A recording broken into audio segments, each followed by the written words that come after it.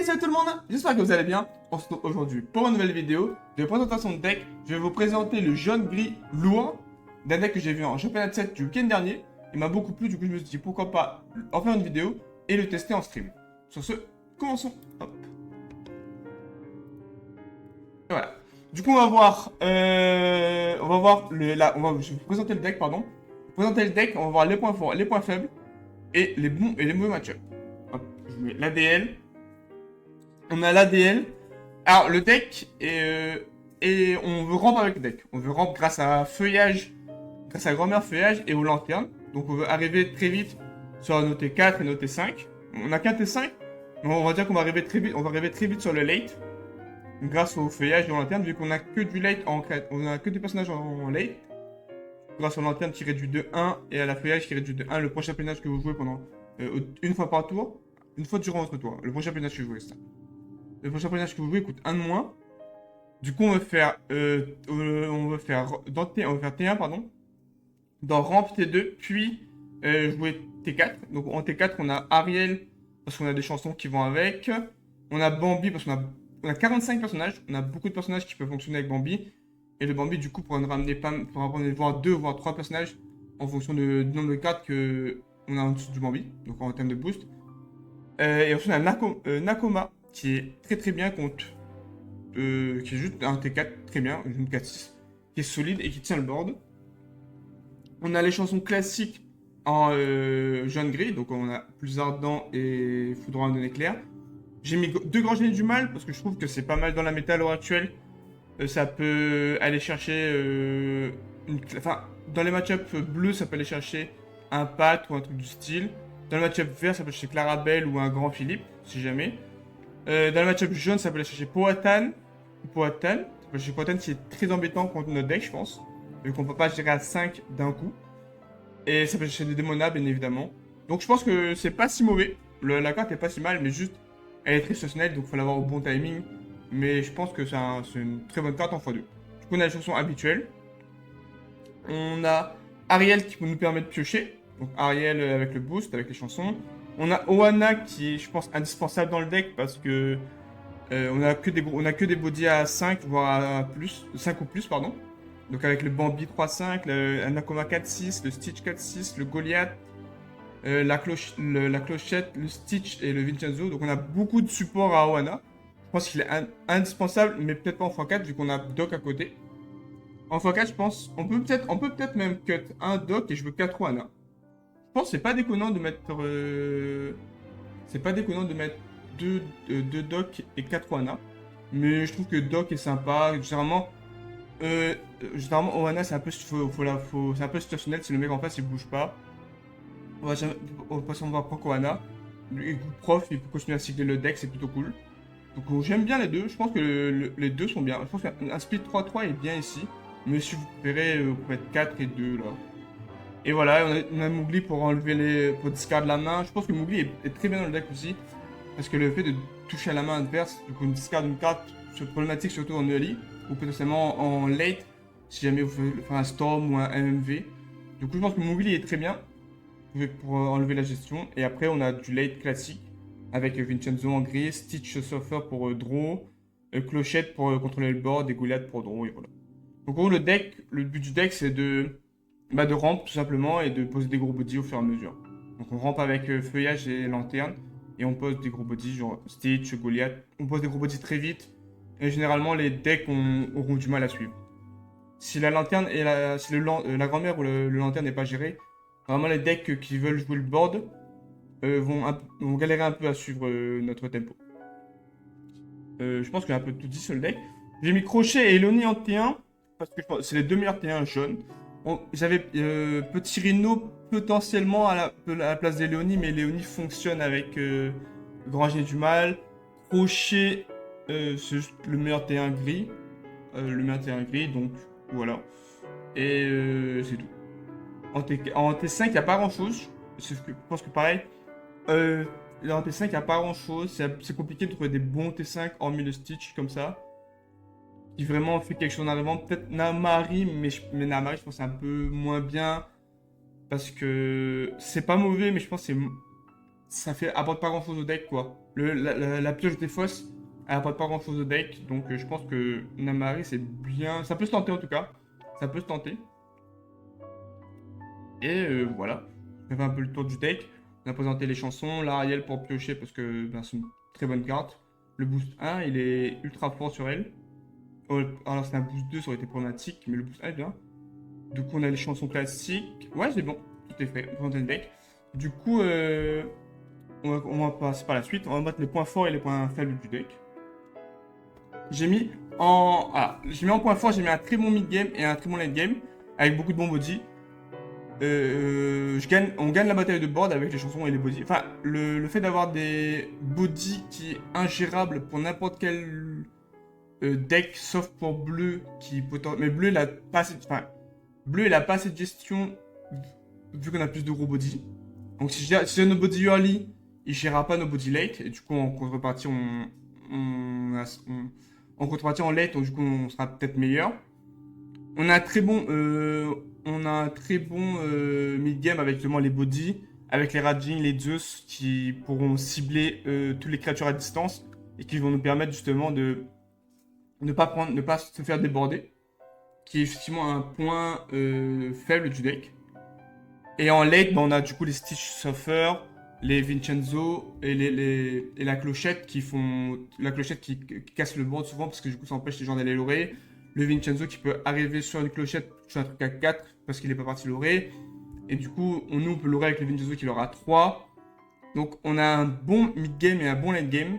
Juste en point faible, du coup, on a un early assez faible. Je pense que le early il est très dur parce que du coup on veut ramp. Le early il est complexe.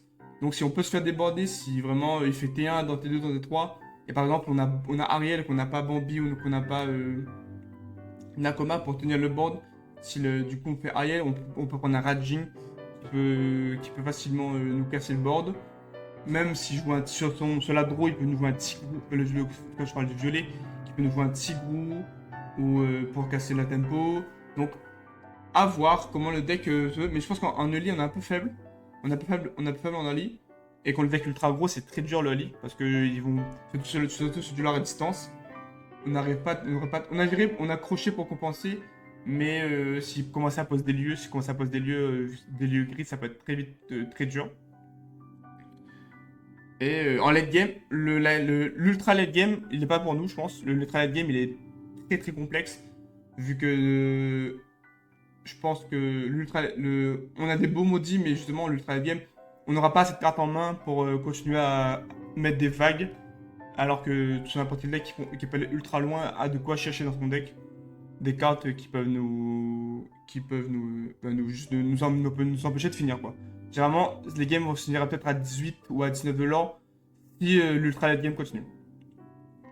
Mais et voilà, je pense que ça, le point fort, c'est effectivement le fait d'avoir des bodies et de gagner la bataille de board. Ça, c'est le point fort du deck. En plus, on a Ohana qui peut nous soigner en plus. Donc, je pense que le point fort du deck, c'est effectivement très bon mid-game et bonne prise de board. Et les points faibles, c'est effectivement l'ultra late game qui est un peu dur. Et un peu l'early qui on peut se déborder assez facilement en early, quoi. Et je pense qu'on va parler des match-up, des bons ou des mauvais match-up. J'ai mis en bon match-up, j'ai mis Jeu les Gris. Jeu les Gris qui a un excellent match-up. Justement parce qu'on peut gérer à distance, qu'on a des meilleurs body que lui. Mais il faut juste quand même faire attention que son early ne soit pas trop. Enfin, il peut nous déborder en early, donc il faudra faire attention qu'il ne déborde pas justement en early avec des chats, avec surtout des gens qui stoppent pour 40 tasses. Et potentiellement un chat qui arrive très vite ou un cobra qui est clashé vite. Il peut très vite monter en lore, surtout au début, et du coup finir après en lore, avec du coup les cobras ou d'autres trucs comme ça. Mais effectivement, sur un early classique, je pense qu'on peut maintenir. Le Nakoma lui est fatal. Nakoma est très très fatal parce que 6 de PV, il aura du mal à aller chercher. 6 de PV. Du coup, les Raging, il faudra mettre 6 créatures pour faire un Raging. Faut qu'il mette un Raging à 4 plus une Angel pour tuer Nakoma. Du coup, ça veut dire qu'il a gaspillé 2 cartes. Du coup, on a fait de l'avantage. Et s'il gaspille beaucoup de ressources pour tuer Nakoma, nous potentiellement derrière, on a une clochette qui peut arriver. un Stitch sur Snowboarder, pardon, qui peut mettre en pôle tant que potentiellement on joue un gros Stitch. Vincenzo aussi qui peut être très bien. Donc je pense qu'on a on a un meilleur mid-game et un meilleur late-game que lui. Mais il faudra juste faire attention à pas se faire déborder surtout. Il peut être très dur et son ollie qui peut... Surtout c'est un vieux les grip burn potentiellement. Il peut facilement nous déborder avec les lieux ou avec les lieux. C'est très complexe. Et voilà. Je pense que c'est à peu près tout ce que j'ai à dire.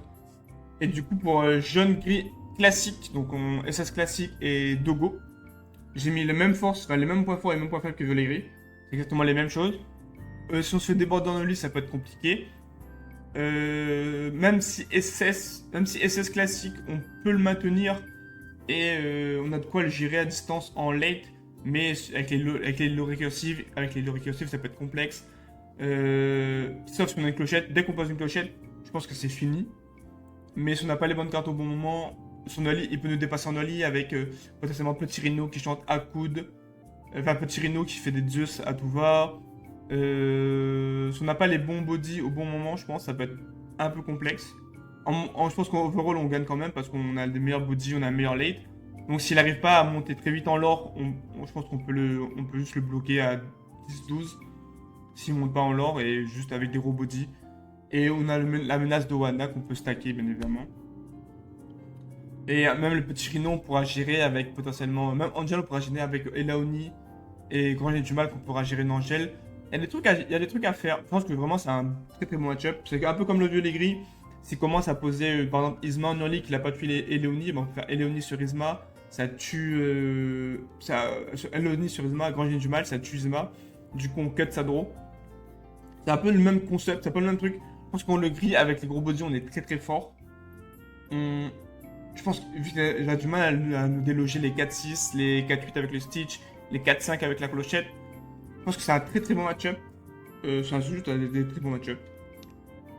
Et pour Dogo, ça peut être très compliqué parce qu'il peut faire une sortie. S'il fait sortir très vite Chromicon, ça peut très vite nous embêter.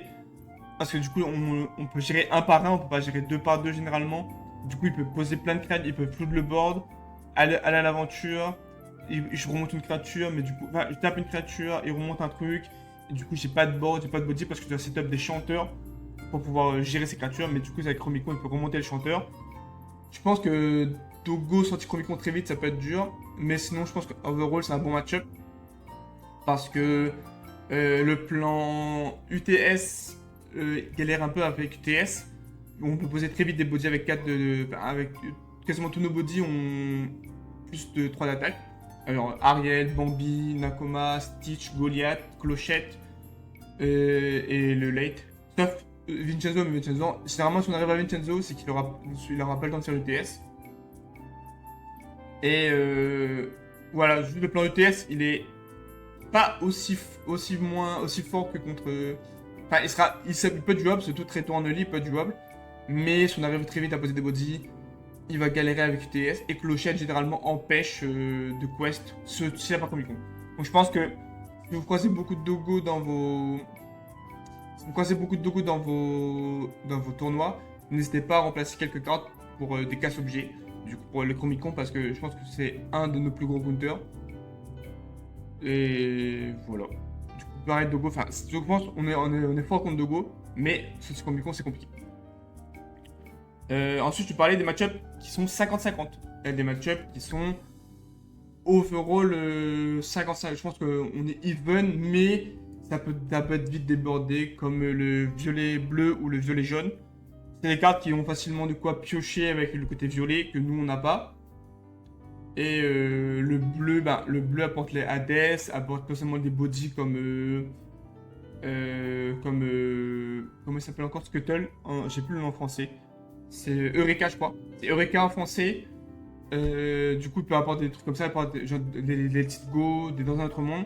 Du coup, il peut potentiellement très vite cut notre mythe avec la gestion. Et continuer à prendre du lore.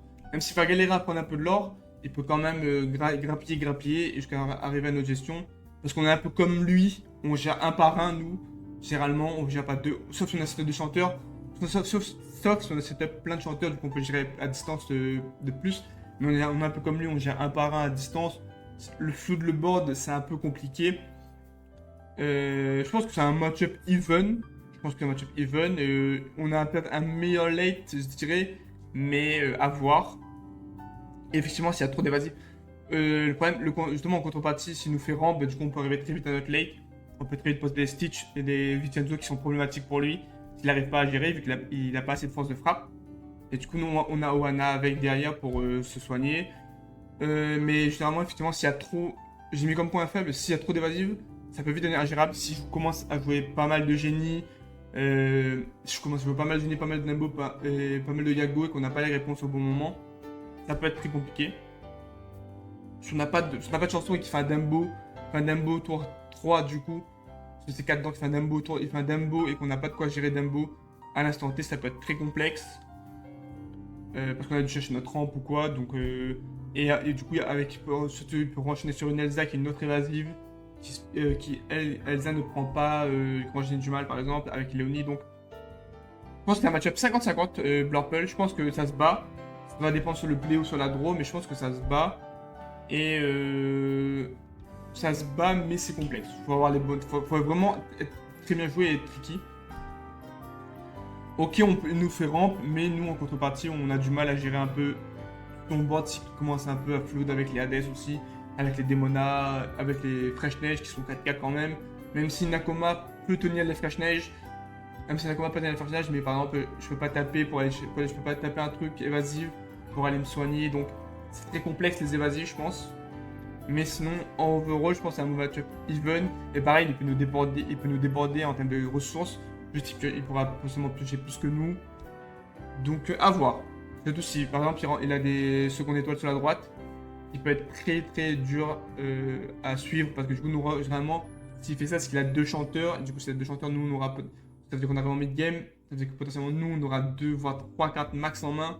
Et souvent, ce sera peut-être du late qu'on n'arrive pas à poser en early. Et du coup, ça peut être très complexe. Enfin, je pense que c'est un match-up tricky à jouer, ça peut être très complexe.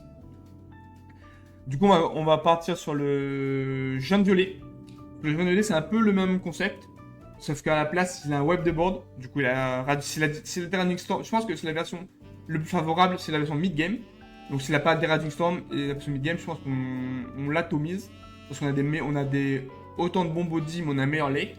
Mais s'il y a une version un peu chelou, pas un peu chelou, mais un peu avec des rastboards et un peu de late, je pense que ça peut être très très dur. Les lieux, je pense qu'on a du mal à gérer. Enfin, on peut mettre 2 créatures dans le lieu, ce qui demande énormément de ressources. Du coup, ça veut dire qu'on tape avec les créatures, ça veut dire qu'on ne chante pas. Du coup, si on chante pas, du coup, on gère pas à distance.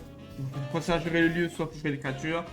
C'est un peu dur le lieu, surtout si ça post-storm.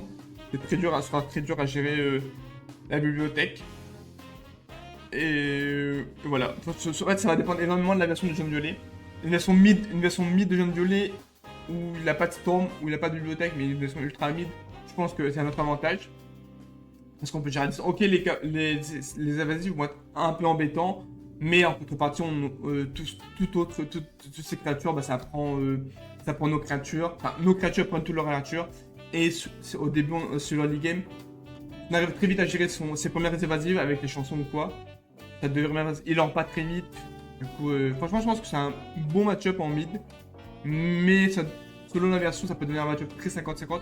Peut-être pas défavorable, mais ça peut être très très dur. Parce que généralement, s'il n'arrive pas à 8 de board, parce qu'il a peut-être un peu plus de non-entrable, il a autant de non-entrable que nous, donc s'il n'arrive pas à 8 de board, ça peut très vite être compliqué. Et si nous, on arrivait justement à gérer et à poser un premier Vincenzo, donc on arrive à gratter du lore avec le Vincenzo avant qu'il fasse un storm, ça peut être, c'est très très jouable.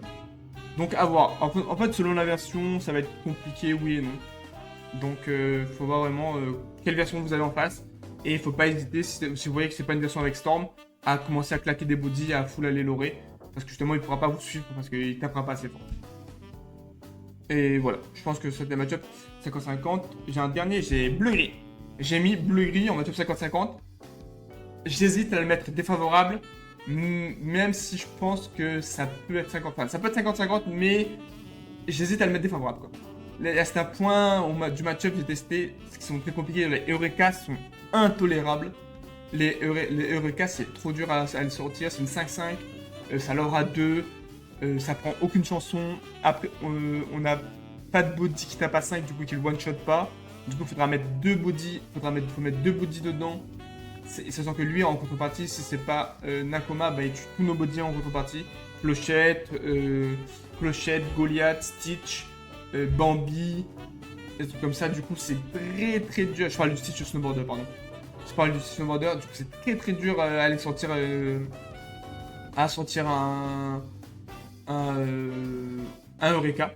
Et après, pareil, il rampe comme nous, mais c'est la vraie rampe, entre guillemets. Parce que du coup, s'il a géré nos objets, bah, s'il a géré la grand-mère et la lanterne, du coup, on n'a plus de rampe. Et du coup, on va galérer, on va cravacher à remonter en encre. Lui, potentiellement, il peut poser aussi des gros body comme nous. Il a la gestion bleue avec Hades. Il a les Angels pour gérer notre lit. Il a Let's Go qui sont un peu de gestion à distance du coup. Et j'ai marqué c'est le même deck que nous, avec le côté bleu qui rajoute la gestion et le deck a de quoi se défendre. Mais notre deck a de quoi se défendre, donc je pense qu'il y a des trucs. Sur le play ou sur la draw, ça peut à voir comment c'est. Mais je pense que la même deck, même si ça peut être défavorable, selon les sorties, je pense que ça peut être défavorable, mais jouable. Dans le style où justement on peut. Il va pas trop nous déborder. Et avec les grangers du mal, tu peux tuer Pat. Il est un peu comme nous, il a du mal à refiler sa main s'il a pas de prof, s'il a pas de Goliath. Il aura un peu du mal avec ça. Et du coup, nous, pareil qu'on a une gestion, du coup, s'il a pas de Let's Go de Hades, bah, du coup, il peut pas gérer nos gros body comme il peut pas nous one-shot nos gros body. Ça avec Eureka, bien évidemment. Mais en contrepartie, du coup, il nous fait rampe. S'il nous gère la gestion, du coup, on va récupérer notre rampe qu'on n'a pas, qu'on va rampe comme lui, entre guillemets. Et du coup, on pourra quand même accéder à notre late tout aussi vite, potentiellement, voire avec un peu de retard au début, mais tout aussi vite. Plus la game, enfin, en tout cas, plus le mid-game, plus le late game, ça prolonge. Il y a moyen que c'est un 50-50. Et après, pareil, on a Goliath pour faire nous piocher. Nous, on a Goliath qui nous donne des gestions, qui nous donne des body comme lui. Donc, je pense que le match-up est un peu 50-50. Même si je le mettrais quand même en défavorable. Je dirais même 55-45. Mais selon la version, on va dire, ça peut être très jouable. Comme ça peut être très bien. Ça peut être un match-up 50-50. Et voilà. Je pense que c'est les match-up que j'ai mis. C'est les bons. On a vu le match-up. On a vu les bons match-up, les match-up 50-50. Maintenant, on va passer au match-up défavorable. En match-up défavorable, j'ai mis bleu-vert. Bleu-vert parce qu'il a un wipe de board et qu'il a les casse objets donc avec la Clarabelle, pour les hommes. Et il a juste Geyser, en fait, il a l'ultra late game parce que juste il clean le board, il fait Geyser et il a gagné la game. On peut pas revenir de ça, on reviendra jamais de ça. Mais on aura beau faire les meilleurs efforts du monde. Geyser empêche le fun de notre deck. Donc parce que Petit Philippe, on peut pas gérer Petit Philippe. On peut pas gérer Petit Philippe, du coup s'il nous fait un wipe de board, on est dans la merde. Il nous casse la lanterne dans nos lits et que du coup on aura du mal à arriver sur nos body. Qui dans ce match-up ne sert à rien parce que il fait juste des John Silver. Il fait des John Silver et des Basile pour nos tempos, le temps qu'il a son wipe de board. Et dès qu'il a son wipe de board, il fait Geyser et la game est quasiment perdue. Je pense que ça peut se battre en fonction de comment la game se tourne. S'il n'a pas de gestion, on a lui un peu agressif. Si on arrive un peu à le gratter du lore en début et qu'il n'a pas de gestion, du coup nous on peut gérer ces trucs au fur et à mesure. Et potentiellement il peut tourner à 2 voire 3 cartes en main. Mais au moment où il a fait une Clarabelle, parce qu'on peut gérer la petite. On peut gérer la petite sur notre play à nous, on peut gérer la petite. Mais sur son play à lui, c'est ingérable et du coup il fait Clarabelle. Il fait Clarabelle, il ancre ton T4. Il fait shift Clarabelle, il chante avec son T4. Il fait pour les hommes, il a 10 cartes en main. Ceci dit, par contre, il aura peut-être pas de cartes en main parce que notre deck s'essouffle vite avec les cartes en main. Du coup, potentiellement, il n'aura que voir 4 ou 5. Donc, encore là, on peut revenir avec une Clarabelle. Mais s'il pioche beaucoup, c'est complexe. Et effectivement, le wipe de board nous empêche complètement de jouer. Sachant que le Petit Philippe, hors d'atteinte, on peut pas le gérer. On peut pas le déloger. Du coup, il suffit juste qu'il le setup et qu'il le bouge plus pour toujours. Et il attend le temps d'avoir son wipe de board. Et du coup, dès qu'il a son wipe de board, il wipe le board, il fait Geyser et la game est perdue. C'est généralement ça. Je pense que c'est jouable. mais c'est très complexe. Ça peut être tricky. Je pense que c'est un bon 80-20, je dirais. Et vraiment, les 20%, c'est vraiment si vous avez un peu de chance, quoi. Maintenant, on passe à rouge-jaune. Rouge-jaune, c'est beaucoup plus... Enfin, rouge-jaune, c'est un bon match-up aussi. Mais c'est beaucoup mieux que vert-bleu parce qu'il a pas de GTR. Mais le bon moment de rouge-jaune, c'est que je pense que c'est le... Moi, en tout cas, c'est mon avis. Je pense que c'est le deck avec le meilleur late. C'est le deck qui a le meilleur late game qui existe du jeu à l'heure actuelle. Parce que du coup, tu peux jouer des Stitch of Fire, tu peux jouer des Maléfiques Dragon, tu peux cycler ta défausse avec Chaudron. T'as des lieux qui lore vite. T'as un web de board, t'as des gros body. T'as de quoi soigner. Enfin, je pense que c'est le meilleur deck. Juste le problème, c'est que de la pioche. Le problème, c'est la pioche. Du coup, si vous en croisez de temps en temps, comme je dis, c'est comme pour de Go.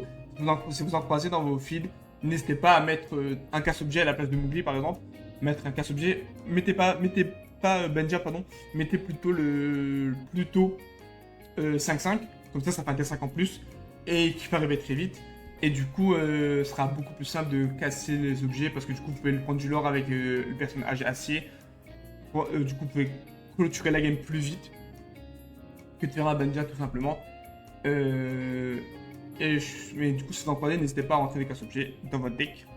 Ça peut vraiment vous être utile. Du coup, on revient sur le jaune rouge. Comme je disais, le wipe de board du coup avec Storm, c'est ingérable. Parce qu'il fait un premier wipe de board, si on n'a pas de quoi refiler notre main, c'est très complexe.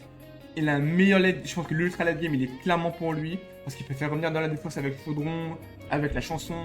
Maléfique Dragon, c'est un Vincenzo en meilleur. C'est un Vincenzo en meilleur. Ok, ça leur parle 2, mais ça a 7 de patate, ça a 5 de board. Il a potentiellement des rookies. La 8.5.6 qui va aller chercher notre Vincenzo très vite, qui va aller chercher des Stitch Surfer très vite. Donc je pense que vraiment, c'est comme bleu-vert, c'est le pire match-up parce qu'il a Geyser. Mais hormis Geyser, c'est vraiment rouge-jaune le match-up le plus horrible à affronter, je pense. Il a, comme dit, on a ultra late game, wipe de board. Nobody ne sert à rien. Il a des gros body aussi comme nous avec le son early, avec le Picsou, les Aladdin et tout. Il a des cavaliers pour aller gérer un peu à distance et du coup donner de l'attaque. Du coup c'est très complexe. Il a des Sharks, ça n'arrive pas à gérer Shark très vite. Mais du coup il peut faire Shark, il peut taper un truc, Shark qui tape à 7. Il peut aller chercher une Nakoma et survivre. Avec un cavalier, il peut aller chercher un Stitch, il peut aller chercher un Vincenzo. Donc je pense que c'est le pire match-up après bleu-vert à cause du CSR. Et c'est tout ce que je voulais dire. Je pense que j'ai fait une bonne présentation du deck. On a vu les bons match-up, les mauvais match-up, le deck en lui-même et les lignes de play, pourquoi le deck est fort et tout. On a un peu tout vu. Je pense que je peux m'arrêter là. Merci à vous d'avoir suivi la vidéo. N'hésitez pas à liker, à partager et à vous abonner si la vidéo vous a plu. Venez me voir en stream ce soir, je testerai sûrement le deck. Et ben voilà, c'est tout. Sur ce, tchuss!